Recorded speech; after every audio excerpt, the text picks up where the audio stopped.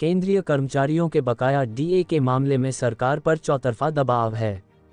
दरअसल यह मामला एक बार फिर से सदन में उठाया गया है।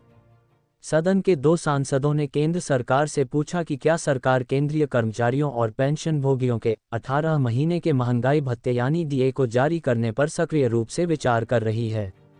वहीं विपक्ष के बड़े नेता अखिलेश यादव ने बकाया डीए रोके जाने को लेकर सरकार की आलोचना की है।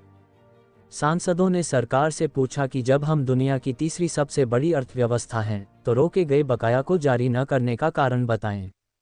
उन्होंने 2024 के दौरान अब तक इस संबंध में प्राप्त अभ्यावेदनों और की गई कार्रवाई का विवरण भी मांगा।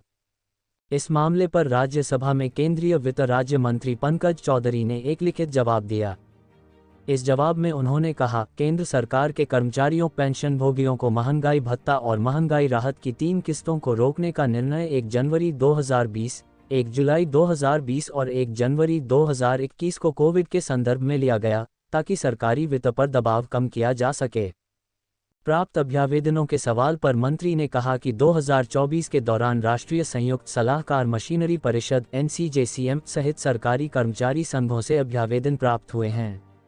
चूंकि 2020 में महामारी के प्रतिकूल वित्तीय प्रभाव और सरकार द्वारा उठाए गए कल्याणकारी उपायों की वजह से राजकोषीय प्रभाव पड़ा, इसलिए डीए का बकाया संभव नहीं माना गया।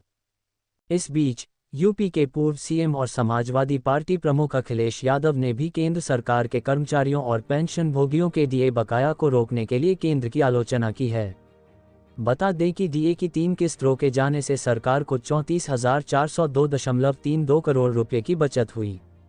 केंद्र ने इस फंड का इस्तेमाल कोविड महामारी के आर्थिक प्रभाव से निपटने के लिए किया।